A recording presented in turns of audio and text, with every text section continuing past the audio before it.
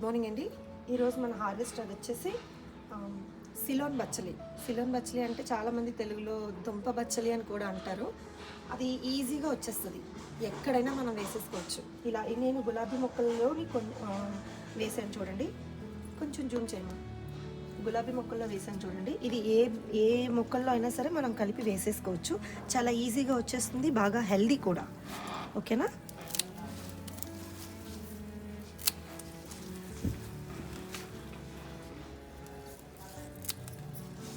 ఇది చాలా సింపుల్ అండి, ఏం లేదు.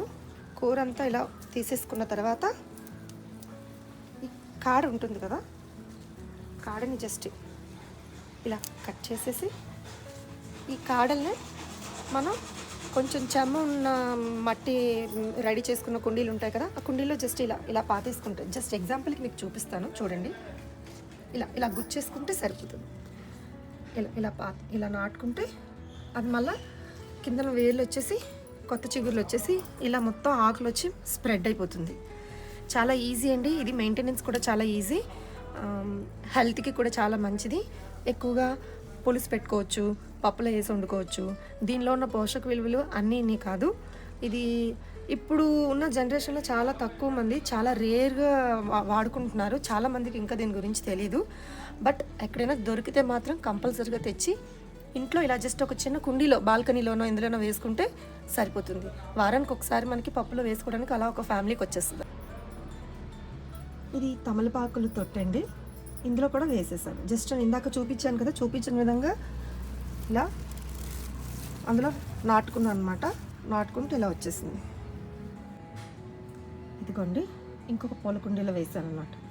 ఇది విత్తనాలతో కూడా వేసుకోవచ్చండి, ఒకసారి మీరు అబ్జర్వ్ చేయండి. నల్లగా ఉంటాయి విత్తనాలు. ఇవి ఉండి ఈ పువ్వుల దగ్గర నుంచి వచ్చే చిన్న చిన్న కాయలు ఉన్నాయి కదా, ఇవి నలిపి చూడండి. నలిపి చూస్తే మీకు తెలిసిపోతుంది. అగోండి, ఆ నల్లటి విత్తనాలు ఉన్నాయి చూసారా, ఇవి ఈజీగానే వచ్చేస్తాయి. ఆ నల్లటి విత్తనాల్లో ఆ విత్తనాలు కూడా మనం ఏదైనా జస్ట్ ఇగోండి ఇలా ఇలా కుండీ ఉందనుకోండి, ఈ కుండీలో ఇలా ఇలా ఇలా పడేసినా కూడా అదంతలో అదే వాటంతలో అవే వచ్చేస్తాయండి, మొక్కలు వచ్చేసి మొలకలు వచ్చేస్తాయి. ఇది నేను నాటినది కాదు, విత్తనాల ద్వారాగా వచ్చింది. ఇంకా విత్తనాల ద్వారాగా వచ్చిన మొక్కలు చాలా ఉన్నాయి. అవి గాలికి జస్ట్ చూసారా, గాలికి ఎగిరి ఈ విత్తనాలన్నీ కూడా వాటంతట వాటిలో ఎగిరి ఇలా పక్క కుండీల్లో పడి వచ్చిన మొక్కలు ఇవన్నీ చూడండి.